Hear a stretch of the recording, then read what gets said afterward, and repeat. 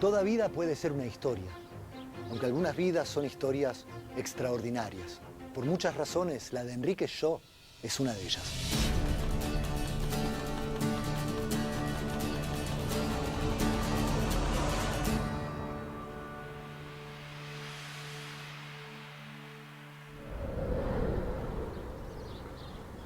Enrique nació en París en 1921, pero creció aquí, en este entorno, cerca del Plaza Hotel que construyó su abuelo materno. Su mamá, Sara, murió cuando él tenía apenas 4 años. Pero antes de morir, pidió un último deseo, que Alejandro, su padre, le diera una educación en la fe católica.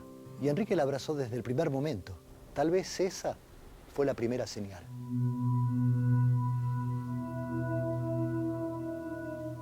Desde chico, teniendo una devoción eucarística, rezando y encomendándose a Dios, y yo creo que sin duda es por los genes de su madre y también su tío, el padre Adolfo Torkins, que era sacerdote salesiano. Enrique estudió en el Colegio La Salle de Buenos Aires, donde se destacó como un alumno sobresaliente, y a sus 14 años decidió ingresar en la Escuela Naval Militar. A su padre no le gustaba la idea de una carrera militar. Quería que su hijo se preparara para dirigir las empresas familiares. Pero Enrique tenía un objetivo. Quería fortalecer su carácter para cumplir una misión que intuía, aunque todavía no la tenía muy clara, y sentía que esa experiencia podía ayudarlo. En los cursos era un tipo destacadísimo, 2 o 3 años menos que los demás, y rápidamente lo superaba, era un tipo distinto. Enrique amaba leer. Y un día, en el verano de 1939, casi por casualidad, se cruzó con un libro que le cambiaría la vida. Un libro que hablaba sobre el rol y las responsabilidades del hombre cristiano. Todos los santos se adelantan a los tiempos. Y creo que la doctrina social de la Iglesia iluminó a Enrique Sho, el siervo de Dios, para plasmar su trabajo también como un compromiso social y de desarrollo y de dignidad para todos.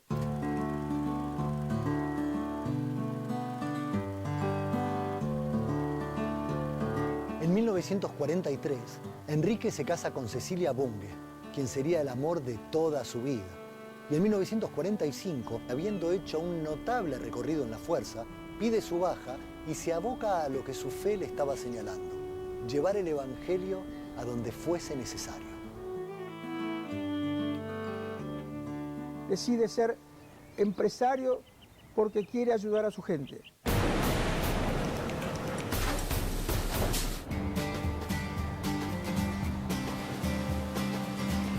Entre estas mismas paredes y bajo este mismo techo, Enrique se pone un overol y aprende el oficio de la cristalería como un trabajador más. Pero no era un trabajador más. Estaba capacitado para ponerse al frente de la empresa y llevarla hacia un lugar mejor. Y así, paso a paso, escala posiciones y por mérito propio llega al cargo de gerente general. Un gerente singular que es muy exitoso en su gestión, pero que está siempre al lado de los trabajadores. Yo trabajé de muy joven en Cristalería Rigolo, entré a los 16 años. Cuando nos conocimos a nivel personal, vinculados también por una línea espiritual, pudimos discutir muchas veces.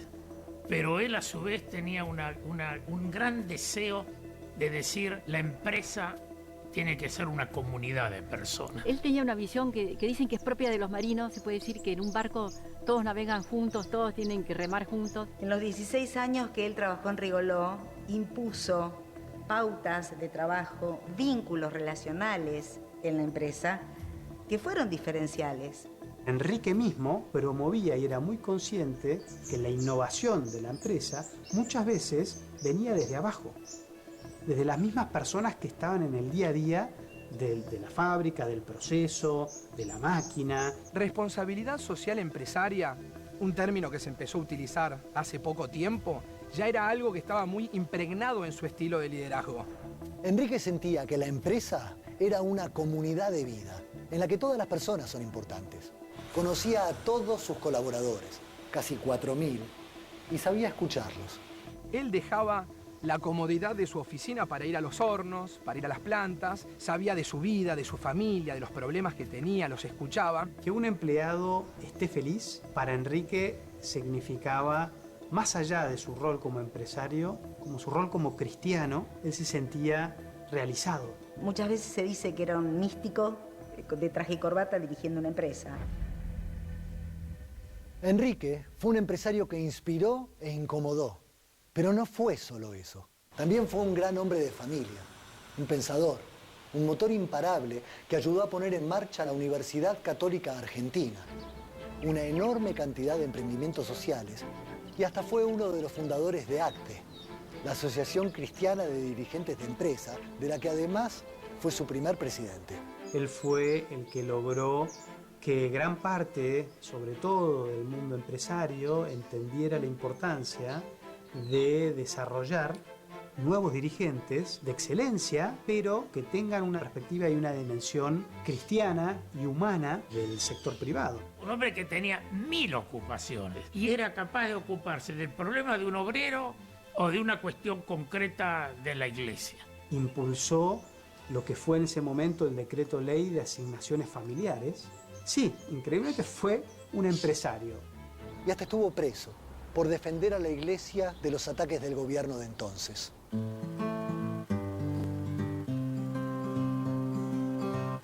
Cuando yo era chica no me daba mucha cuenta. Me parecía que todos los papás eran santos, que todos los papás eran magníficos. Cuando fui saliendo a otras casas, ahí ya me di cuenta que había una pequeña diferencia. Porque vi a otros papás con mal humor o enojados. Cuando él llegaba, la casa cambiaba. Porque entraba silbando y era como que traía una alegría. Su mujer, sus adorados 9 hijos, todos los que lo conocían, sintieron que el mundo se venía abajo cuando supieron que a Enrique se le había diagnosticado una terrible enfermedad. Él tuvo esta enfermedad, que fue un melanoma, muy joven. Y ahí ocurrió el episodio de los despidos. Llegó la orden de Estados Unidos, echar gente, 1200 personas. Y él dijo, si echan a una sola persona, yo renuncio y me voy. Él pensaba que la empresa tenía que ser rentable, era su primer responsabilidad, pero como decía, nunca sacrificando la dignidad de los trabajadores. Ese deseo que él tuvo de joven de ser un obrero llega a concretarse al final de su vida. La máxima expresión de ese profundo cariño estuvo dado en el momento en que van a donar sangre para él. Más de 260 obreros que trabajaban para él donaron su sangre para tratar de ayudarlo. Pero su muerte, muy prematura, fue inevitable. Enrique había muerto, pero en ese mismo momento se estaba encendiendo una luz. En un remoto lugar del planeta estaban haciendo un empresario santo.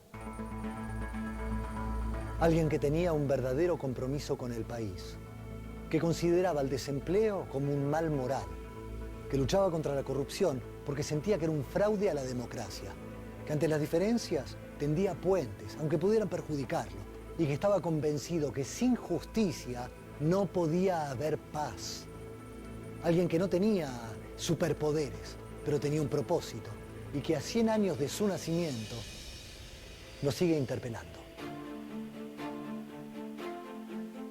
En el año 2002, mi marido, a los 32 años, se enferma con un cáncer que no tenía solución y le daban muy poquitos meses de vida.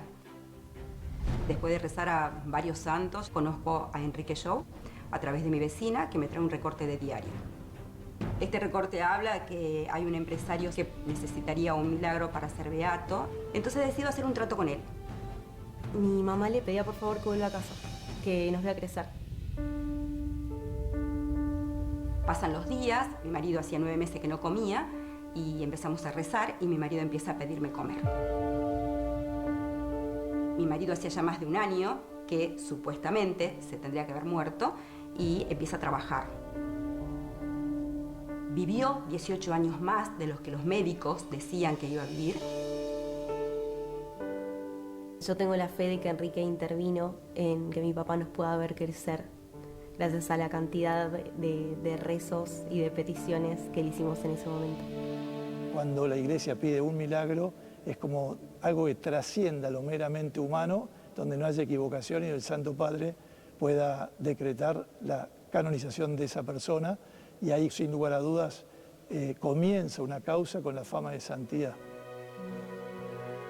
Mi papá mostró que se puede ser feliz buscando el bien. Se puede ser un empresario honesto, sensible y al mismo tiempo un buen padre de familia y un mejor ciudadano. El estilo de liderazgo de él estaba cimentado en valores humanos. Una vida ejemplar. Y que impactó muy positivamente sobre toda la gente que lo conoció. Pudo decir en sus últimas palabras que moría muy feliz porque podía por fin decir que había hecho felices a los demás. Como dicen las Escrituras, todos estamos llamados a ser santos.